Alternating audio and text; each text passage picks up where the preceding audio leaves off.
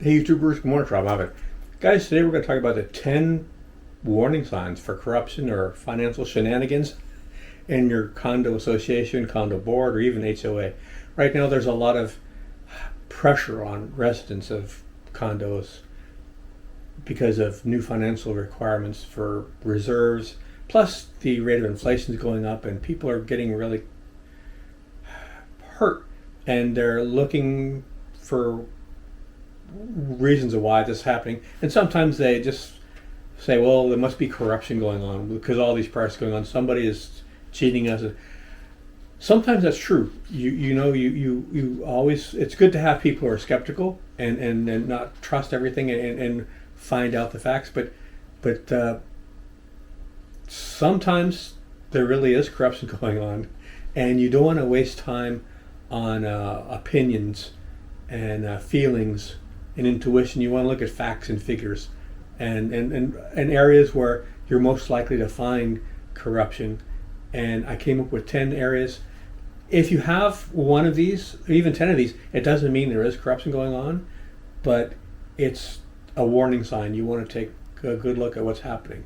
So I thought we would start with number 1, refusal to share financial documents. Can you see it there? Good. If your board members deny you the ability to see results of audits or any financial documents or the budgets, that's a warning sign. They're yours. They belong to you. If you have unexplained excessive fees, right now everybody's getting excessive fees. Things are happening and they're having to pay a lot of money for things they didn't have to pay before. But you need 2 things. You need a clear justification from the condo board and management or your HOA, and you want detailed explanations. You should, when they're done explaining, a 5th grader should be able to understand what's going on. It shouldn't be so difficult and convoluted. It should be very, very simple, and you should have precedent. Well, if you're spending this money for the roof, what did you spend 12 years ago? What are people in your same area spending right now? Why is yours so different? You need a detailed explanation of what's going on. If you have unlicensed or related vendors, if people are getting awarded vending contracts to people who are members, family members of the management or the board, especially if the work being done is not good or it's very overpriced. Sometimes you might have somebody, even though it's not right, giving a contract to somebody who's a friend or an associate or a family member. But if the work is really good and the price is good, you can't complain too much. You want to dance with the devil, But if the work is no good and it's really high price and they're giving it to Uncle Louie, no, that's not a good sign. Even if it is a good price or good work, it's never a good idea. If you don't have regular meetings, my sister, can you see it now? My sister lives in the condo and it's terrible. She has like 7 of these warning signs and they never have meetings. And when she asked about it, so we only have meetings when people want to have meetings. And my sister said, well, I want to have a meeting. So, well, we have to have other people who want meetings too. And and then that there's no notice posted of when the meetings are. You should have notice to the residents of the times, the dates, the locations, the agendas. If people are actually meeting and nobody knows that there was supposed to be a meeting, that's when you can have really unpleasant things decisions made in secret. Everybody needs to know what happened. In a really good condo, you would have, even if people didn't attend, they would get a report of the minutes of what happened. So, but you have some condos, they don't even keep minutes, and they're required to. And they're like, my sister went to one meeting. They got rid of something, awnings on the condo balconies, and one old man wanted to keep his, and they said he could. And then when everything was cut and dried and finished, they threw everything away. And the man wanted his awnings, and they said, well, you're not getting your awnings. We threw them away. But they promised him in the meeting. Well, there was no meeting minutes, so he's left there with no recourse.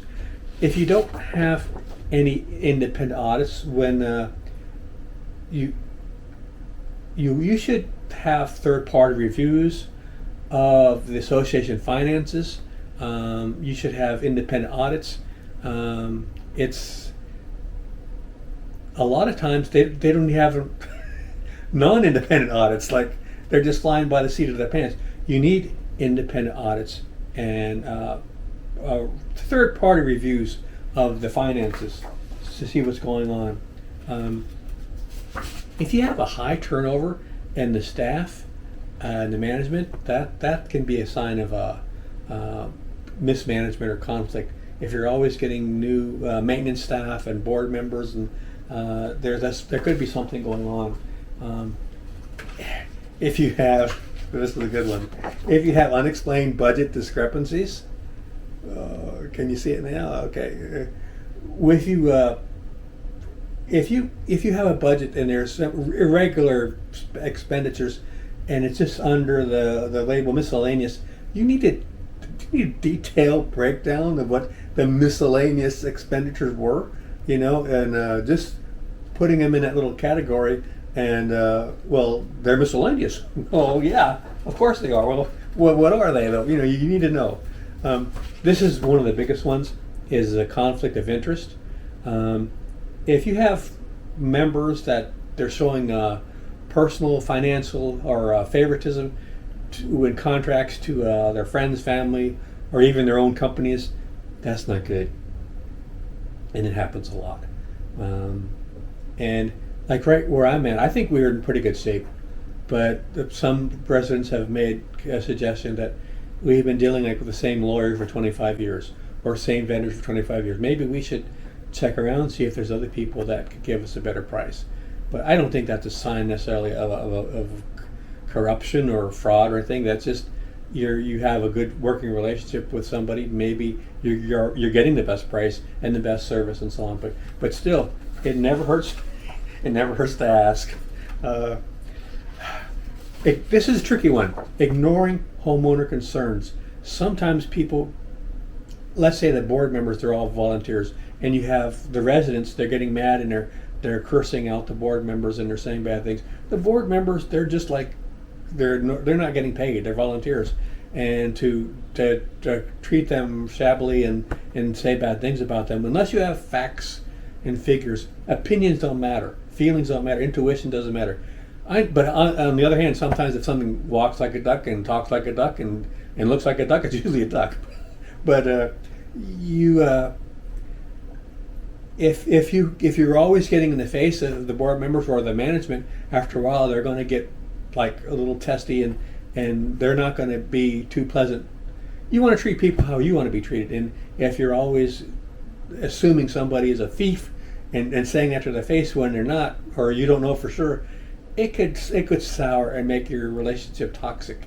So when you're in a condo, you're having a business relationship with people, and in any relationship you want to be diplomatic and like I said, just deal with facts and figures and business, and don't make it personal and start calling people names and going overboard.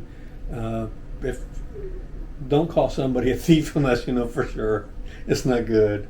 You're really going to sour the relationship.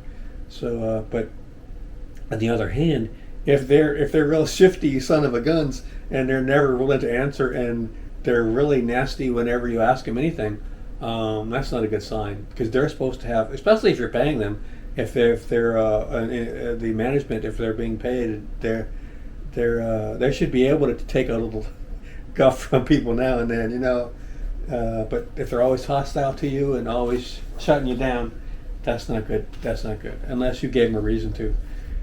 If you're having your withholding fund, this is a big one. Your information about what are your reserves. So many people have found out they have no reserves, and this is huge, because this is the biggest source of fraud, is the reserves. People don't know what's happened to it, or why it isn't there, and or what that money's going to. It's just like this. It's not a good thing. You need a complete lack of. If you have a complete lack of transparency about the reserve status, that's not good. If you have evidence of underfunding, that could lead to really big, large assessments. So That's what's happening right now in a lot of places. So you need to keep on top of that. Well, but what can you do? What can you do? First of all, you can research your rights.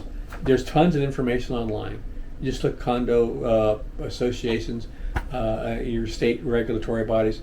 You can join forces with other residents. You'd be surprised how many residents, they may be former real estate agents or lawyers or people who ran large businesses that are used to dealing with the finances and bookkeeping, auditing, and so on, and regulatory bodies. You want to attend the board meetings at the very minimum level to find out that the minutes are being kept and people have access to them. They're not just, you remember somebody saying something back in 1998. No, you need to have the minutes. You can have a request for an independent audit, and you would have to pay for that as a group. But also, if you have a majority of people, you can request a new management. If you have like X amount of units, if you have a majority of units, say we need new management, you can overturn, and even if they have a contract, you can get rid of them and get it in most states and get a new management company. You can contact the your state's Department of Business and Professional Regulation. I know in Florida they have a condo association, a regulatory body you can contact. But start getting your facts and figures, your dates, who said what and when, where and how much, and who was it going to, and you get everything written down and know who you talked to, when you talked to, what phone calls you made, and what they said and what they didn't say. Get all your information, and then if you do have to talk to somebody, you'll have this information available. So I think those are really good 10 warning signs. In fact, I think they should probably be on a bulletin board somewhere in every condo in the country. Those are the things that people should be looking into and not wasting their times. A lot of times, if there's something going on, they'll have like 40 people on the condo board because the more people, the less that gets done, because you have more strife and people fighting each other instead of focusing on it's misdirection. You're having people focusing on things that don't really matter, and that's an old trick of politics. If there's a big problem, you assign a citizens committee of 100 people. In the meantime, the politicians are in the back room deciding what's going to happen, while the citizens are up front thinking they're getting something done by arguing with each other over petty little bull crap. So you want to attend the meetings and talk to your neighbors and find out, get the lay of the land and see what can be done, because a lot of times there isn't corruption, but I think you want to be have your wits about you. Right now there's a lot of fraud going on, and things are getting kind of rough out there for condos and HOAs and stuff, because everything's going up. You gotta save yourself. Nobody else is going to do it. All right, guys. Hope this was helpful a little bit, and put on new stuff every week. Been doing it for 17 years, almost 18 in a couple of months. Got over 1,500 videos on many different subjects. Got a variety channel. You never know what you're going to find, because I never know what I'm going to make a video about. All right. Go get them, guys. Go get them. Take care. See you out there.